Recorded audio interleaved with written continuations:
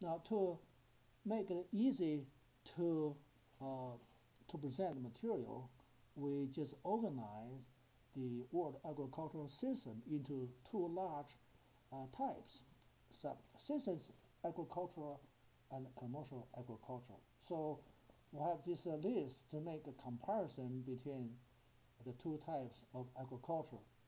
Now, start with foods for own survival under the subsistence agriculture. Basically, farmers produce the things for their own consumption. The selling for the market is not really a main purpose.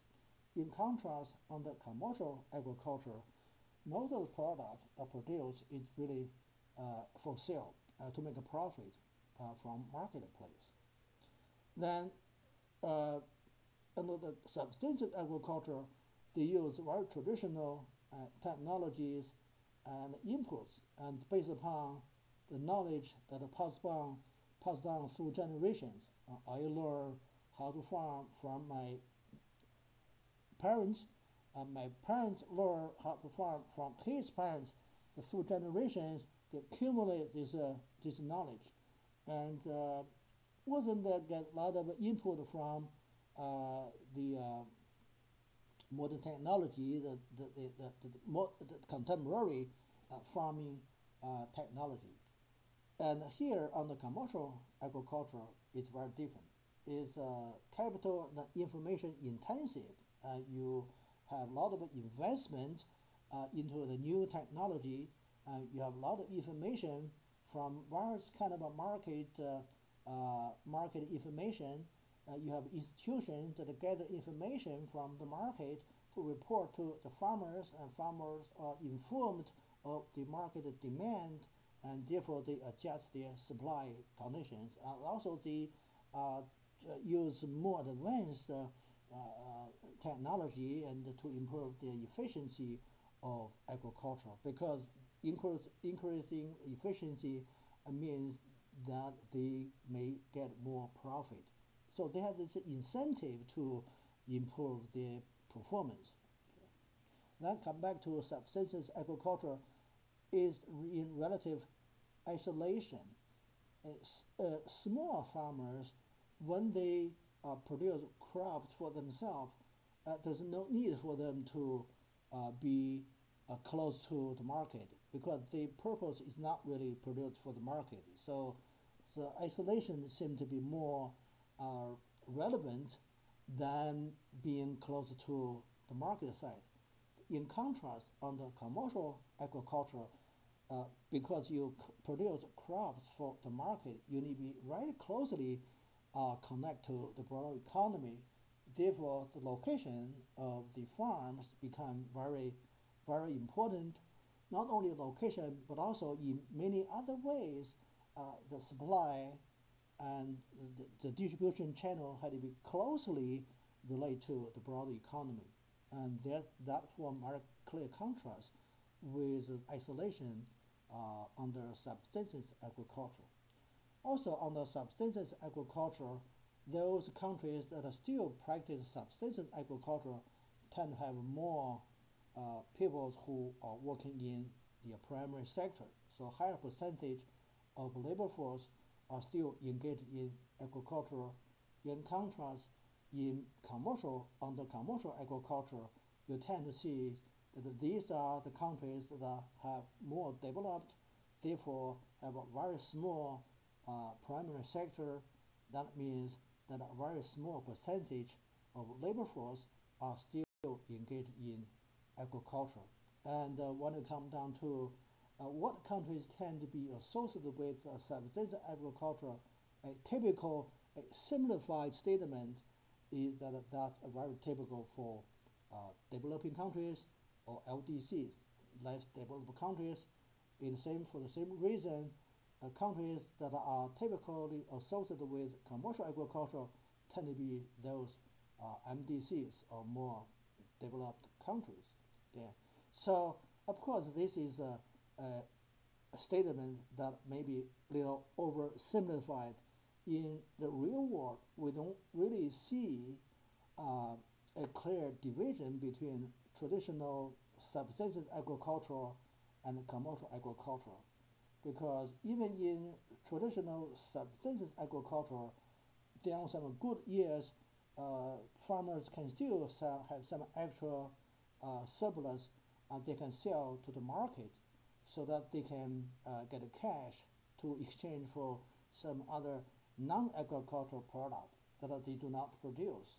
And even under commercial agriculture, we still see people who consume their own product. We this today we hear a lot about urban agriculture, urban farming. A lot of people in developed countries, they do grow crops in their backyard. They raise some animals in the backyard. Not necessarily they want to sell for the profit. They just consume themselves. So that's so we do not really find a clear cut, clear division between subsistence agriculture and commercial agriculture. There's only a very fine line between them. Also, we know that for some countries, they have both a commercial agriculture and subsistence agriculture. For example, Brazil is a country that have in the Amazon basins, there's a large area where people practice subsistence agriculture, such as slash and burn. But on the other hand, in the coastal states of Brazil, they have big farms that produce uh, crops for the market, the cattle and soybeans, and huge amounts every year to be sold to the world market. So you cannot make the statement that LDCs only practice subsistence agriculture. That's not true. So in reality, it's quite mixed. So we organize material in such a way only for the convenience in presenting the material and to organize material. In reality, it varies from place to place, from country to country. Okay, here is a picture that we use two pictures that we use to illustrate subsistence agriculture and the commercial agriculture. On the left side, you see these Chinese farmers who use hand tool to cultivate the land. You cannot imagine that this small size hand tool can work a lot of land for one day. So the size of a farm must be very small, and for humanly possible, they can work the small lots with the simple hand tool and human muscle.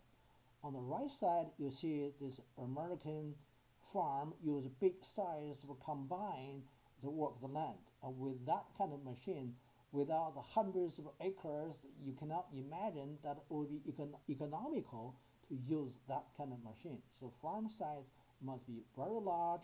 The scale of production also had to be very large. So that's make a clear contrast between subsistence agriculture and commercial agriculture. Now on this map, we can get a sense of the percentage of labor force that are still engaged in agriculture and that seem to be very consistent with what we have learned before, that in many developing countries, especially those in Africa and Asia, that still have very high percentage of labor force that are engaged in agriculture. And this is a map that showed farmland per tractor. The lower numbers means that they have a lot of tractor to use. And for lighter color means that they do not have a whole lot of tractor to use. So therefore, the darker color indicates the countries where they have a high level of mechanization, automation in agriculture. And in contrast with those lighter color regions and countries where they basically still very hand tool based agriculture. with low level of automation. And this is map that shows the distribution of subsistence agriculture. So we have three types of subsistence agriculture: nomadic animal herding, shifting cultivation, and intensive subsistence agriculture. Let's briefly look at each one of them. First, let's take a look at shifting cultivation, also called slash and burn agriculture. We know that this is a very primitive type of agriculture where people uh, uh, tend to rotate land to use. They would go into a jungle to cut uh, low vegetation, low grass, leave big trees, and they use the land for a few years, 2 or 3 years, until uh, the land nutrition would become depleted. And mostly in places where people practice this type of agriculture, the land is not very fertile. So the because they do not in that tropical environment, the heavy rain will wash off a lot of nutrients from the soil to begin with. Also, people do not put a lot of nutrition back into the soil, so the soil could be depleted very quickly. That's why they have to move away to start a new patch, start all over again, and allowing the old patch to grow back into the jungle so they can come back to use it again. And with this kind of rotation, and also the land is not very fertile, you can only support a low population density with a small population. Okay, they also use very simple hand tools, uh, do not have big machine help, and also that kind of a small size of a plot will not justify to use big machine anyway. Very little land care, and so therefore you can imagine that under this kind of a condition, it's not very strong food production system. So land is not very high yields, low productivity of land. Okay. Also, this kind of agriculture have very significant impact on the environment, especially when the developing countries are experiencing very rapid growth of population since the end of World War II.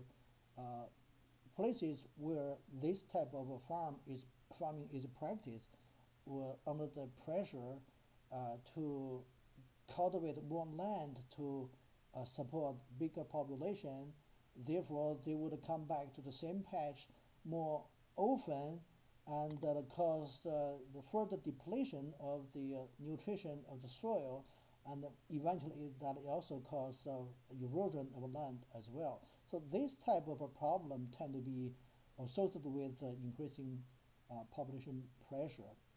Places where this type of farming is practiced, the tropical areas of Central, Western Africa, Amazon regions, and part of Southeast Asia. And that's this type of farming system.